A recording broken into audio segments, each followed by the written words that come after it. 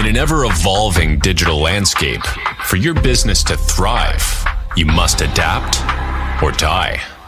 Welcome to Marketing in the Age of AI, the podcast helping you harness the power of AI and marketing tools to revitalize and grow your business.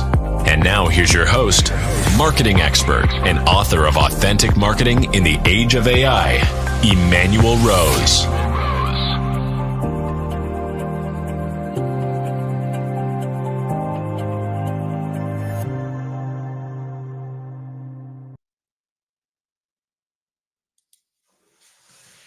Welcome to this episode of Marketing in the Age of AI. Today we are going to dig in a little bit into a little bit of a history lesson, maybe some nerdy code talk, and we'll talk about a mea culpa that was written by Tim O'Hearn.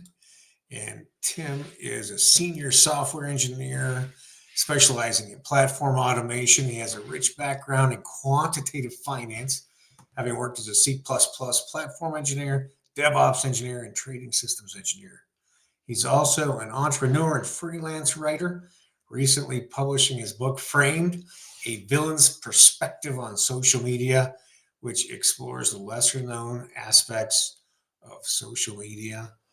And let's get started. If I can find back where we are. Good. The beauty of being live. Tim, welcome to the show. Hey, Emanuel. Thanks for having me. Yeah, I really appreciate your time. I'm excited to dig in and go back in history all the way to MySpace. Quite a long time ago. Yeah. So just tell me a little bit about what the inspiration was for Framed, A Villain's Perspective on Social Media. Have you ever read a book and you closed the last page, you signed off, and you thought, I could do better than that? When it came to my journey of writing Framed, I found that I was having that experience over and over again. I was buying books because everyone said to buy them. Right. I was reading them, and they were good, but I often felt like I could tell the story a little bit differently in a way that would be either more widely applicable or more useful to people who were like me. So that's really what led to Framed being created. Is I read a lot of the books, I listened to the pundits, I heard the podcasts, and I thought there's a story here that hasn't been told, and some of it is intertwined with my own memoir. I love it. But you must have a background in writing to be able to crank out a 270-page book or whatever this is. There's some background there. I've always enjoyed writing. I've had a blog going back now since like 2015.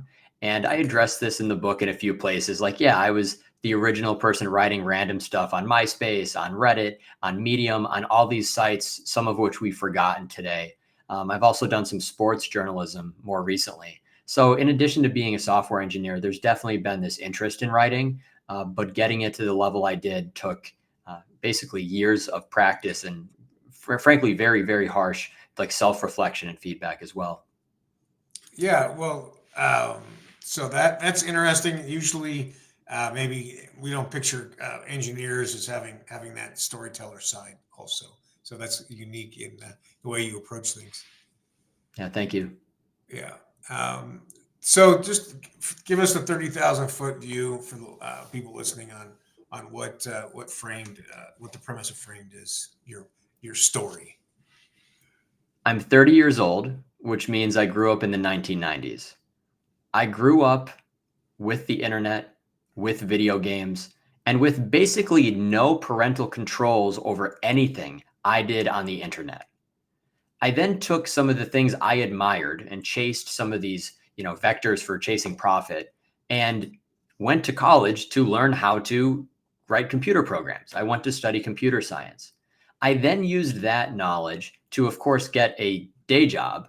But then in my side job, in my moonlighting, I found ways to break the rules on Instagram and other social media sites and generate hundreds of thousands of dollars. Then, after that business shut down, I had a very unique experience working with the social media startup where I designed persuasive technology systems, meaning news feeds, recommendation algorithms, and push notifications, which today everyone is familiar with. So all of this is wrapped together with this cynical take of saying, I loved the internet at one point, I loved computer science, and it created this wonderful life for me. But now I look at the internet, which I might have had some, some awareness of and some hand in creating, and I hate it. So it's really not a love letter to anything. It's really this more intense, retribution of saying, here's where things went wrong, and here's the role I played. So it's a little bit of a mea culpa and a little bit of a memoir, like you said. That's fair. Yeah. Well, let's just talk about a little bit about your experience with creating bots and what that all looked like in those early days. Sure. And it's relevant to your podcast and, of course, your book as well, where we're thinking about what does automated intelligence mean? What does artificial intelligence mean? How are we combining automation with AI and putting all these things together? My experience really started in 2017, where there was wider acceptance of how you could get more followers on social media. And it's not dissimilar to what we do today. You see an account that you think might be a useful customer or follower, so you like one of their posts. You comment on one of their posts, you send them a connection request, or you follow them depending on the platform. What I did with the bots that I created was I automated all of this and I wrapped it into a bot framework that allowed me to log into a customer account and dispatch likes, comments, follows, and at one point DMs at an industrial scale. And when you do this, it was quite easy to run a business, and it was quite easy to get all of those customers decent results in terms of their following. Yeah, and so if we put it in today's terminology, you say you're building agents, and you're having a crew of agents that are working on your behalf, right? That's fair. I think if we were to redo this in 2025, the agentic approach would be to use some aspects of generative AI to traverse these friend trees. So to determine what the most useful account to follow might have been. Like my implementation was pretty crappy. And then also to generate relevant comments that might result in better reciprocation. So saying the comments my bot was leaving was always like thumbs up, smiley face, fire emoji, best one yet. And this was rampant all across the internet. I wasn't the only one doing it. Today on LinkedIn, I've seen people post things a little too quickly with a little like just unnatural text, where people on LinkedIn are using AI to leave comments. It's the same thing. And that's the agent approach that we would see today. Yeah. Well, and it kind of reminds me of what they call employee advocacy, right? There's these softwares where you're able to basically take on people's profile that you work with and use their profile to do exactly what you're talking about, making comments and liking and all those things. So we're still gaming the algorithm theoretically, right? That's the goal. Yeah. So both the algorithm itself, as it might exist on any platform, and then we're short circuiting these human social interactions. So we're saying we know how humans will react to what we give to them. So like, follows, which in real life is saying if you're walking down the street and you pay someone a compliment, even if they have absolutely nothing positive to say, they might say, oh, well, I like your shoes. And because that's how humans work in real life. So taking that to the internet, we're finding it's basically the same thing. And it's actually understandable at a statistical academic level, where we're saying in about 10% of the cases, people did follow back. And that was across all services.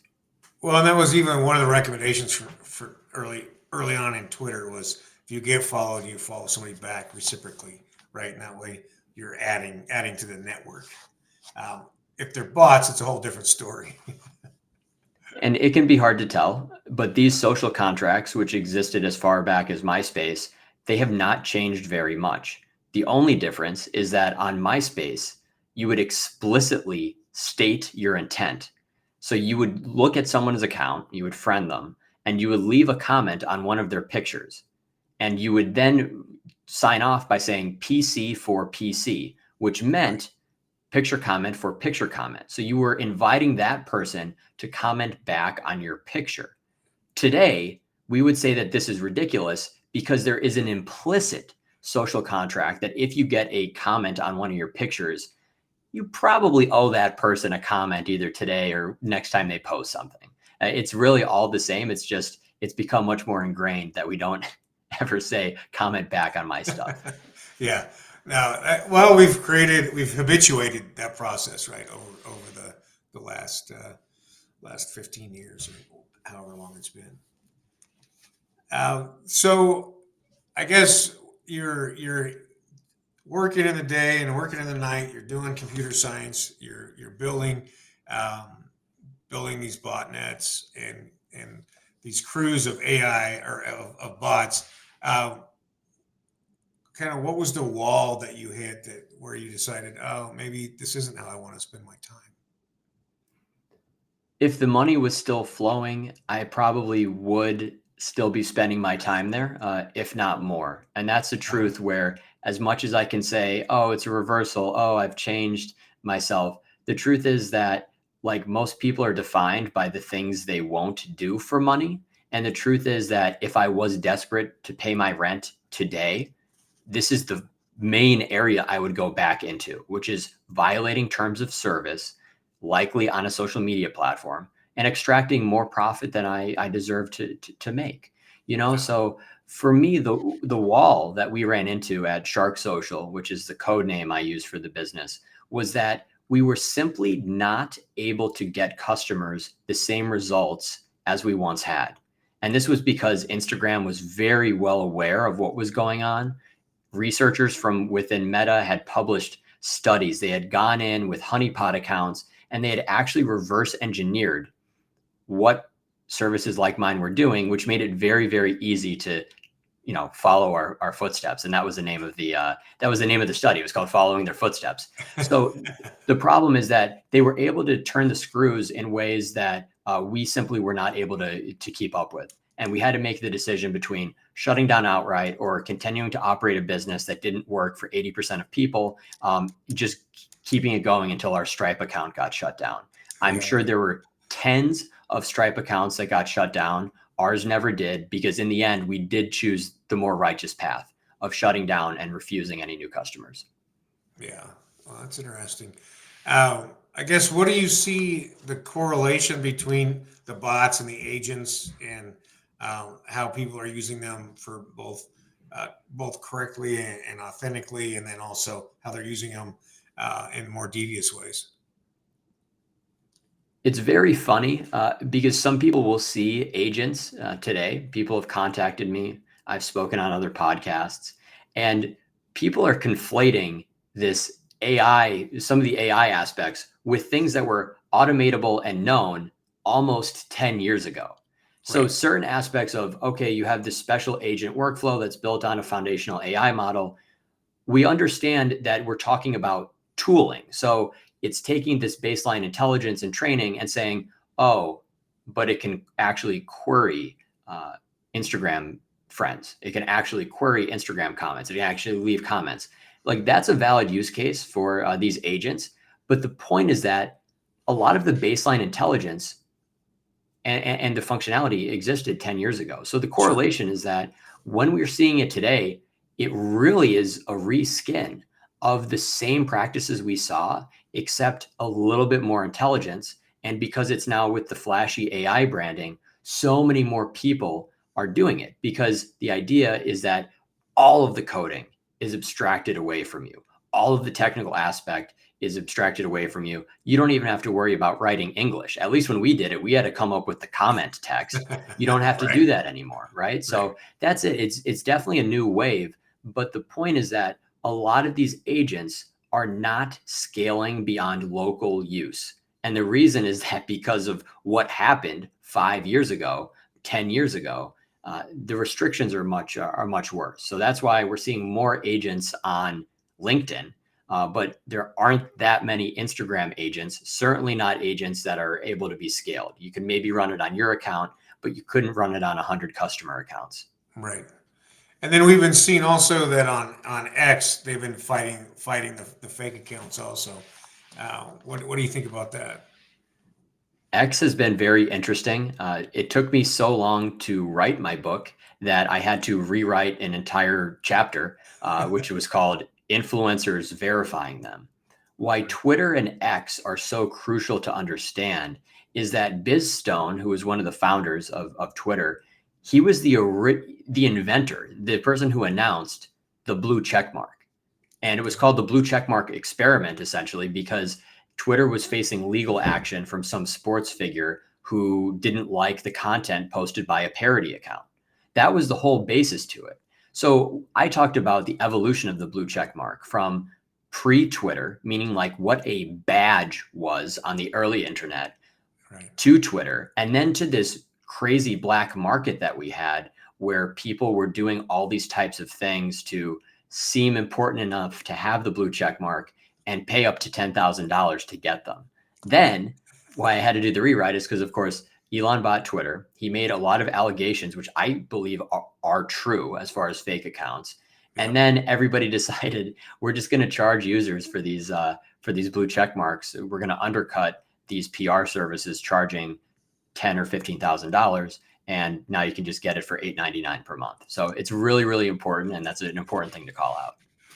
Yeah, and then to want to follow accounts that are verified, essentially, right? Everything we do is based around these digital importance metrics, this digital insignia, and a lot of it has been reduced down to blue check marks. There was this reversal, I guess you would say, or an inverse relationship where people found followers to be less and less important because people were becoming more aware you can just buy followers.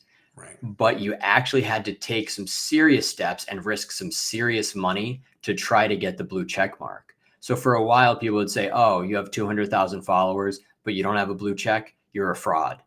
And that was very, very real. That's why the shadow market for that was like a multi-million-dollar type marketplace. And now it's totally different where it doesn't mean as much, but at least you're identity verified. So you're not entirely a bot, but right. It's all the same thing where blue check used to mean importance.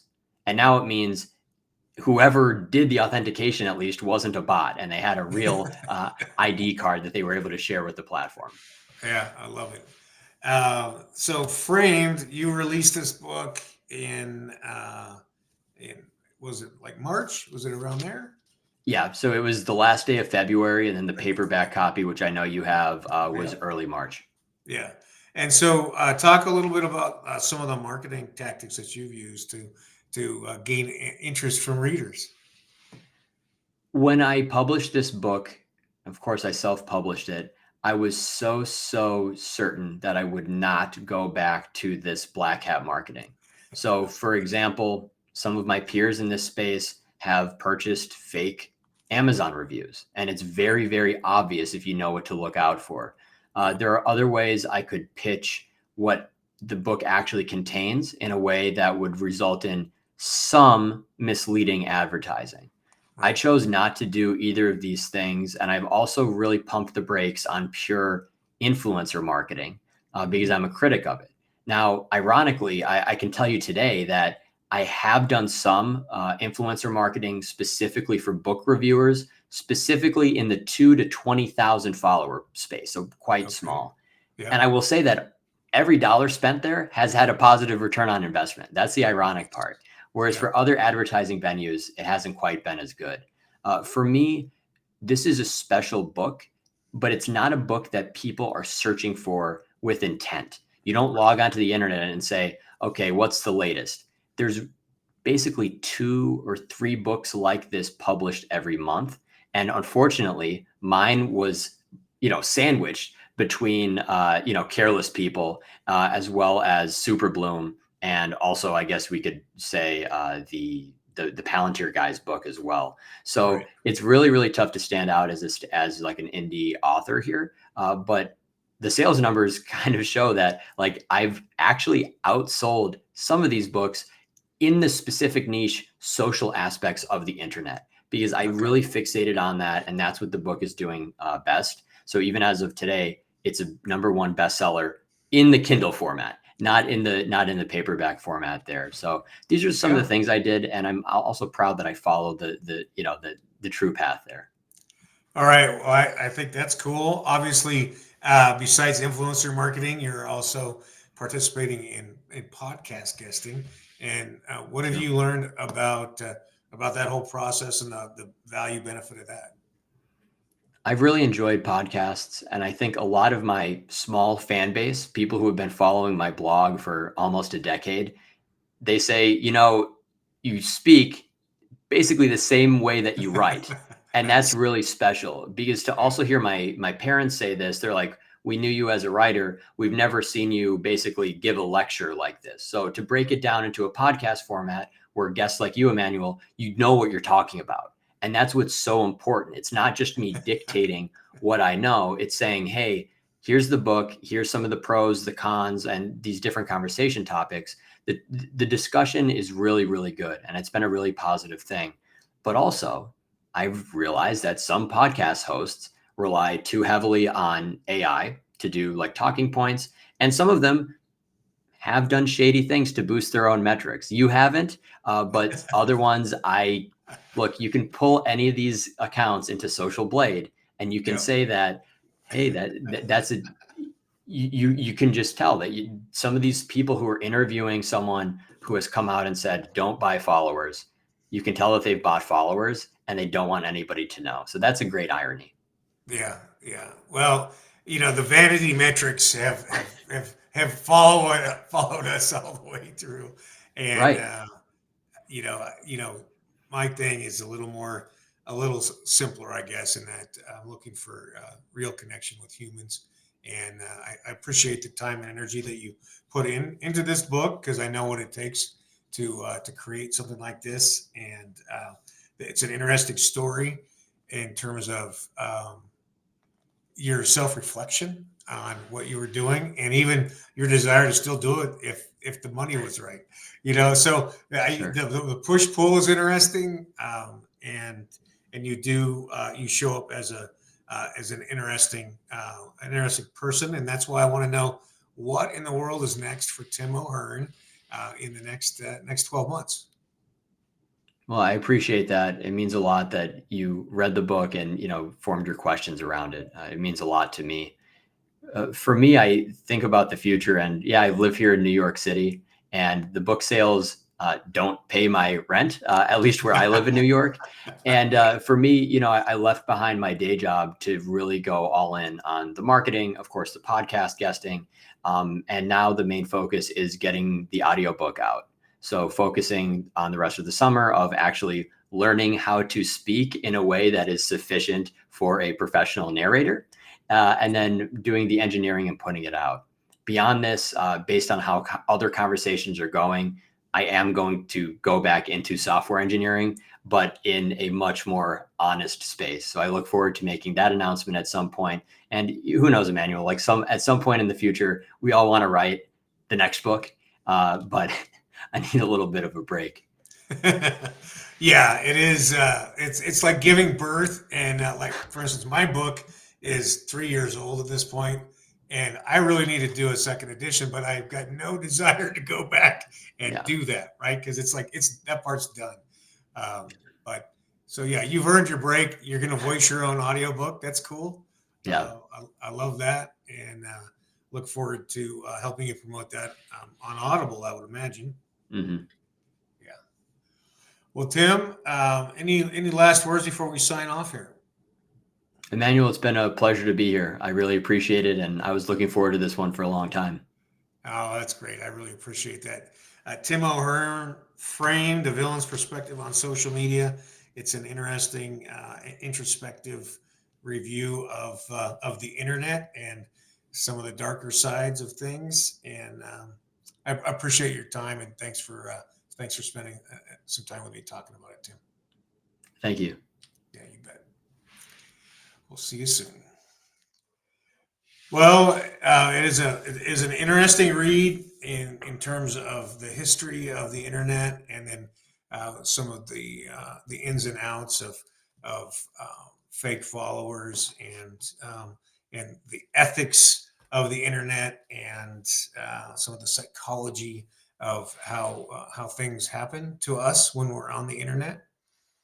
And I appreciate you tuning in today.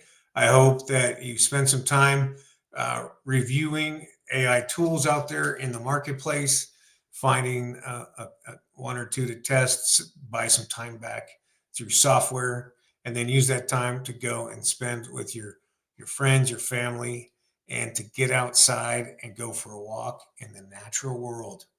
It's Emanuel Rose.